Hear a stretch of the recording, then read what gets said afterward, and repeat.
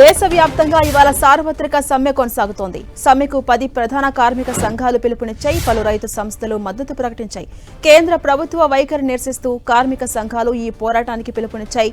కేంద్రం తీసుకొచ్చిన కార్మిక చట్టాలను వ్యతిరేకిస్తూ తెల్లవారుజాము నుంచే కార్మికులు దేశవ్యాప్తంగా రోడ్డెక్కారు. కేంద్ర ప్రభుత్వానికి వ్యతిరేకంగా నినాదాలు చేస్తున్నారు. కేంద్రం తీసుకొచ్చిన కార్మిక చట్టాలను వెంటనే వెనక్కి తీసుకోవాలంటూ డిమాండ్ చేస్తూ ఉన్నారు. ప్రస్తుతం ఉన్న 29 కార్మిక చట్టాల స్థానంలో గత ఏడాది నవంబర్లో కేంద్ర ప్రభుత్వం నోటిఫై చేసిన 4 కొత్త కార్మిక కోడ్లు ఇప్పుడు వివాదాస్పదంగా మారాయి. ఇవి కార్మికులపై ప్రతికూల ప్రభావం చూపిస్తున్నాయని, దీంతో ఉద్యోగ భద్రత తగ్గిపోతుందని, ఉద్యోగులను తొలగించడం యజమానులకు తేలికవుతుందని కార్మిక సంఘాలు ఆందోళన వ్యక్తం చేస్తున్నాయి. ప్రైవేటీకరణ, వేతనాల్లో వృద్ధి లేకపోవడం, సామాజిక భద్రత కొరవడం జరుగుతుందని ఆవేదన వ్యక్తం చేస్తున్నాయి. మరోవైపు భారత్ అమెరికా వాణిజ్య ఒప్పందంపై కూడా రైతు సంఘాలు ఆందోళన వ్యక్తం చేస్తున్నాయి. ఈ ఒప్పందం దేశీయ వ్యవసాయ రంగాన్ని దెబ్బతీస్తుందని చెబుతున్నాయి.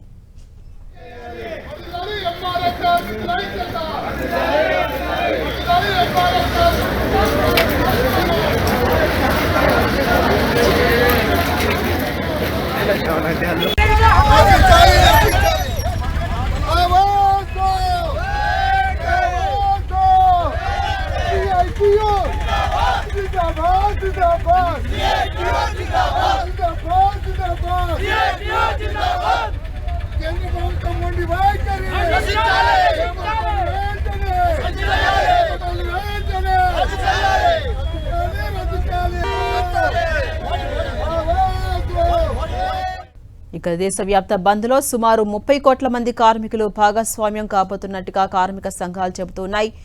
INTUC, AITUC, HMC, CITU, AIUTUC, TUCC సహా పలు సంఘాలు బంద్లో పాల్గొంటున్నాయి. సంయుక్త కిసాన్ మోర్చా, ఆల్ ఇండియా కిసాన్ సభ సహా పలు రైతు సంఘాలు కూడా బంద్కు మద్దతు ప్రకటించాయి.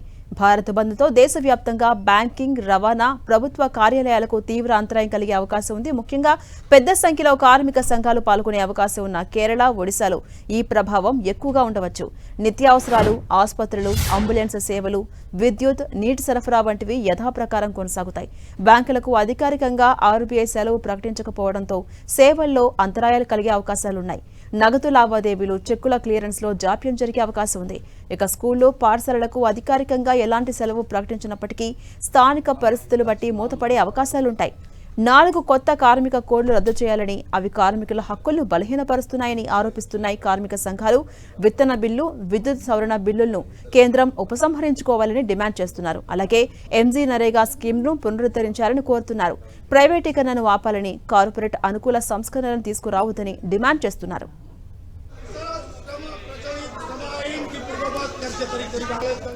అటు బంద్ ఎఫెక్ట్ కేరళలోనూ కనిపించింది. ఇవాళ దేశవ్యాప్తంగా కొనసాగుతున్న సార్వత్రిక సమ్మెతో కేరళలోని రోడ్లన్నీ నిర్మానుష్యంగా మారాయి.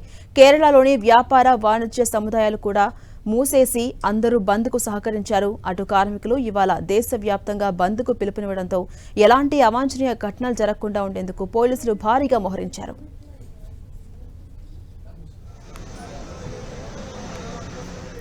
అటు భువనేశ్వర్లోనూ కార్మికులు పెద్ద ఎత్తున పాల్గొన్నారు. సమ్మెకు 10 ప్రధాన కార్మిక సంఘాలు పిలిపివ్వడంతో INTUC, AITUC, HMC, CITU, AIUTUC, TUCC సహా పలు సంఘాలు బంద్లో పాల్గొన్నాయి. దీంతో ఎక్కడికక్కడ వాహనాలు స్తంభించాయి. 4 కొత్త కార్మిక కోడ్లను వెంటనే రద్దు చేయాలని, అన్ని కార్మికుల హక్కులను బలహీనపరుస్తున్నాయని ఆరోపించారు కార్మిక సంఘాల నేతలు. కేంద్ర ప్రభుత్వానికి వ్యతిరేకంగా వారు నినాదాలు చేశారు.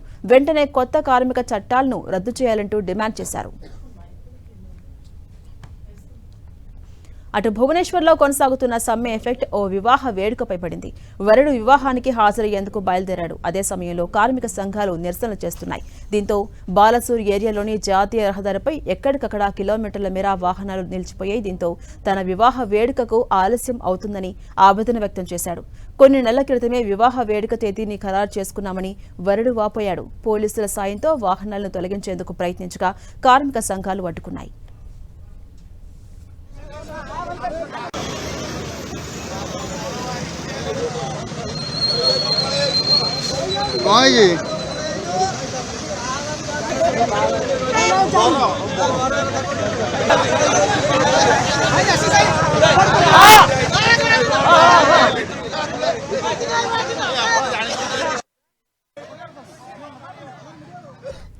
ఎంకిపెళ్లి సుబ్బి చావుకొచ్చిందన్నట్టు సార్వత్రిక సమ్మె ఎఫెక్ట్ ఓ వివాహ వేడుకపై పడింది. సమ్మె కారణంగా భువనేశ్వర్లో ఓ వరుడు ట్రాఫిక్ జామ్లో ఇరుక్కుపోయాడు. పెళ్లి చేసుకునేందుకు బయలుదేరిన ఈ వరుడికి ట్రాఫిక్ జామ్ స్వాగతం పలికింది. దీంతో గంటల తరబడి బాలసూర్ ఏరియాలోని జాతీయ రహదారిపై పడిగాపులు పడాల్సొచ్చింది.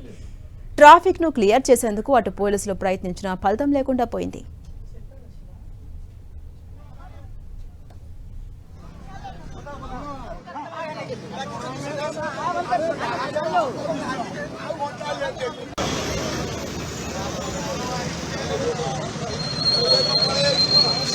हाँ जी